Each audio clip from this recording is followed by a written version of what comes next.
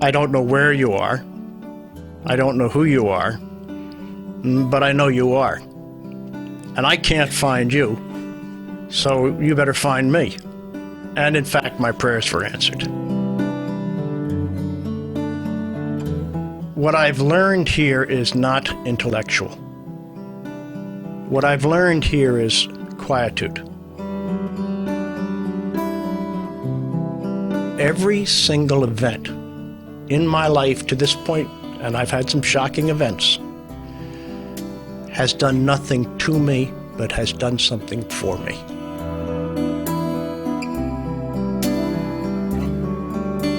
If you approach life in the manner of instructions you receive here, then I firmly believe that every listener here will reach the highest possible destiny that they can.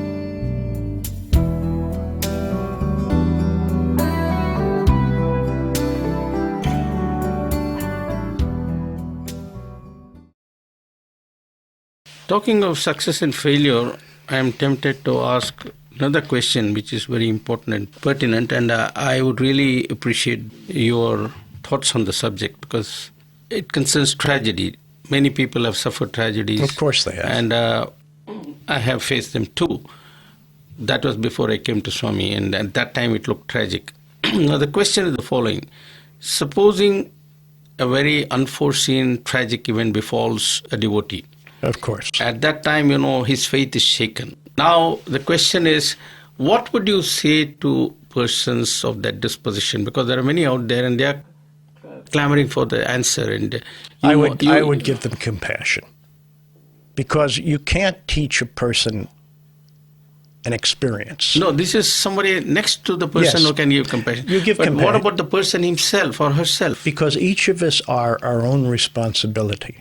And if you wish to save the world, save yourself in terms of finding yourself. A person in the midst of a tragedy is generally in the midst of being a bit deranged by the horror. So the only thing you can do is not to speak, but possibly just to touch. But what does that person do? That's the question. That person has an opportunity that he can either succeed in or fail in. And the opportunity is to recognize that divinity knows better than humanity. And divinity never hurts. For those who believe that Swami is hard, don't realize that Swami draws you here when you most need it and carries you through every single event, be it tragedy or success. Because the greatest tragedy on earth can be success if you become lost in the effect of success. So we judge what is a tragedy and what isn't. And I have not had a tragedy in my life, but I've had events people might consider to be a tragedy, because I know that divinity knows a lot better than I know. And so I don't judge events. Swami puts it very simply, everything is good for me. That's what you're saying essentially. I've experienced tragedy even recently, and let me tell you that it is all good. Now the body will fall down because we all carry this human aspect of what we are. Mm-hmm. And tears will come to the eyes. Yes. And there'll be the shaking and even moments of not knowing really left from right. But there's a quietude deep down inside that if you can hold on to, even in the worst of times, it will become the best of times. It will be an opportunity to grow, an opportunity in strength. In tragedies that I've had, I've lost nothing, but I've gained everything. Because in the silence of his eyes, his life is his message. Inside you grows a silence that becomes a partner that will, in every single event, rise to the circumstances as long as you cease stopping it from happening. Watch. Don't participate in the thought. Be in the now. Don't fool around with the past. Past is past. The future is not our business. Our business is now, and in the now, only watch. That's the gift that's here. That's the gift you can leave with. Don't try and intellectualize it. Don't take it apart in little bits and pieces. Feel it, know it, marry it, be it, worship it, but don't try and understand it. Because understanding is what blocks and stops. Acceptance. A gift is being handed to you. Don't argue with the gift. Don't try and make Swami teach some fact or word, mantra or yagna, prayer or exercise, diet or whatever. Just keep quiet. This is a place of pilgrimage for the many, for myself. When I come here, I don't have any questions because who am I to speak to him?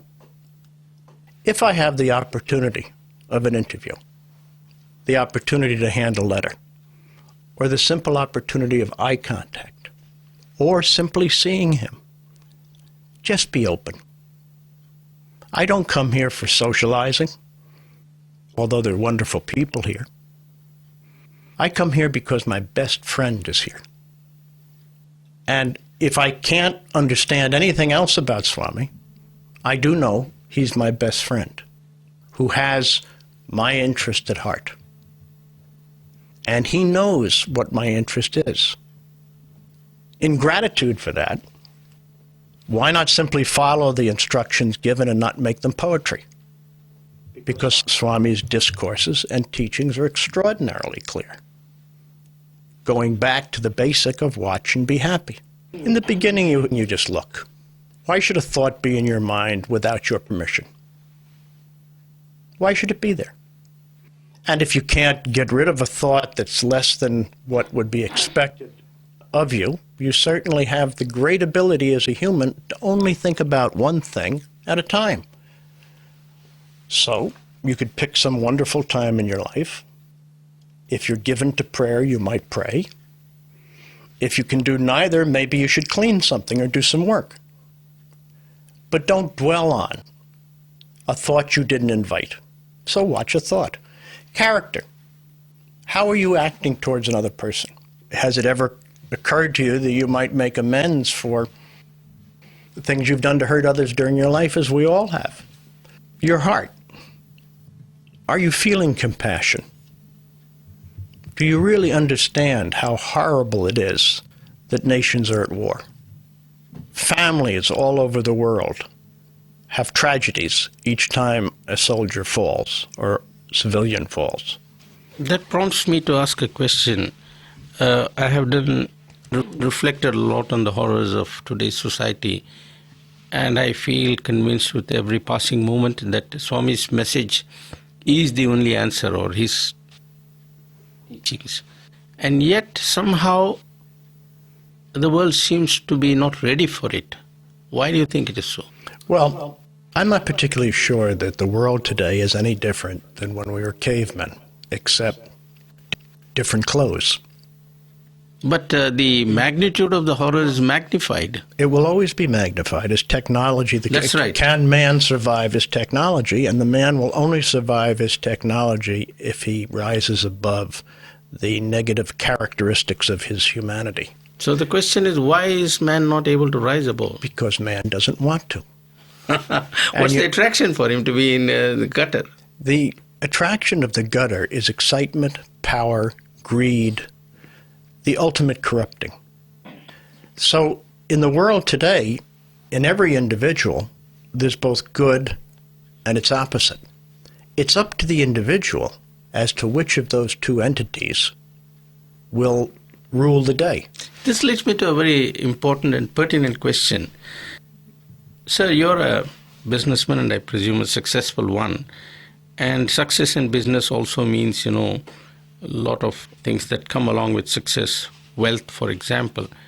Now, the question I want to ask you is, how does one be a successful businessman and does not allow wealth and all those paraphernalia to cling to him or how does he stop being attached to those things? Because that seems to be one of the problems. They get attached, they want more of the same, and it keeps on growing endlessly. But it's the absolute madness. If but a person how did you avoid that madness? Well, the madness is that, the person with $200 million US dollars loses $1 million. You have to take him to the hospital and give him oxygen. I know that. It's very simple. Give it away. And if you do, you may remain vibrant because you're always young, because you have to make it again. My wife, who's recently deceased, gave to her children their inheritance in their lifetime. That's the trick. I don't have material needs. I do my business because Swami told me to do the business. It's not my business. It's his business. And he is not the body we see. So I have no need for further material, although I do live well and comfortably. But I do have a duty to perform a task, the results of which are not in my hands, but the work is. And Swami is kind enough, divinity is kind enough, that I actually like what I do. So I play a game. But how that game works out it's not up to me. But what is up to me is to do the most excellent possible job, to treat everyone that I deal with the highest possible ethic, to discipline wrongdoing, and to fight evil wherever I see it. And evil is very clear. It's hurting others. Now, I don't know what good is, but I certainly know what evil is. So I simply try not to harm. I don't live by commandments, I live by a code. And the code can be gleaned from simply listening to discourse. But it's not that I think that's virtue or that will do anything for me. It pleases me. Pleasure of mind. And that's the human element. So my way of doing business, I don't believe buys me anything. But it just pleases me to do it that way. Yet I firmly believe that success is not a product of the strategy and application, but it is the way a person acts that will attract to them the greatest support for whatever they're able to accomplish, or if not accomplish, the courage to be able to face whatever difficulties develop. You mentioned the word divine many times. What does divinity mean to you? Divinity to me is a word I use in place of the word God, because I don't think the human language approaches what's there. I can only tell you that in Swami's presence, he once said to me, I will give you a glimpse of Swami. Now, I can't explain what that is, but I can tell you that he doesn't lie. And when he says he's going to do something, he does it. And that glimpse is not something that I can explain to you, but I can tell you firmly, only by comparison to something else, that it is beyond the word God. So divine to me means non-conceptual. God is the highest possible thought of the conceptual human being, and nothing compared to what's out there. The power of it, the magnificence of it, the totality of it, and all available. I learn more from the silence between Swami's words than I learn from words. When I listen to Swami, I try and stay empty, because very few people understand what the word listen means. Listen means mentally shut up. You can't listen if you're thinking about what you're going to say, because you're not listening. So the practice of listening is really something that develops, in a sense, by contemplation, meditation a bit, but by slowing down thoughts, by relaxation, if it was, of the mind. But if you can listen a little, then something starts to happen. And Swami is like a light bulb, but the clearest one there is. I, at a young age, wanted very much to learn my business. And the only way to learn a business is to be near someone who really knows it. Now, I can't explain how a person who may not even be a teacher of sorts, meaning that he has no interest in teaching you, drive his car for him, sweep his driveway, do anything to be there, because it rubs off. Well, in the sense where Swami is this light bulb, the body, but this light shines through that appearance so brightly that even being near there, if you're willing to listen, be open to receive, not to argue, not to try and understand, not to try and be a devotee, just be open, then something starts to happen. So I believe Swami starts a process that moves as if it was almost automatic. And business doesn't interfere with that. Business is simply life. If business becomes your divinity, then you're going to become very much like what you see in the world and what bothers you, driven by greed and avarice. But you see, that's stupidity, because I don't need to take anything from you to have. It's everywhere.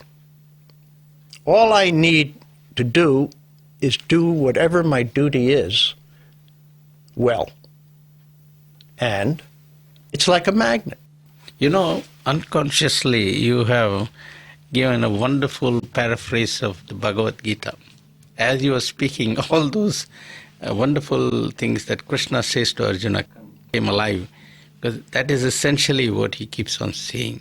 You have been put by me in this world to play a role, and I choose actors according to their capabilities and their previous bank balance and earnings of merit. You just do it for me without being attached or without letting that cling to you. Do it well. Do it without any bad intentions. You're home. Simple. Enjoy it. Whatever it is, enjoy it. And understand that in those times when the tragedy strikes, hold on to the feet of whatever represents to you divinity.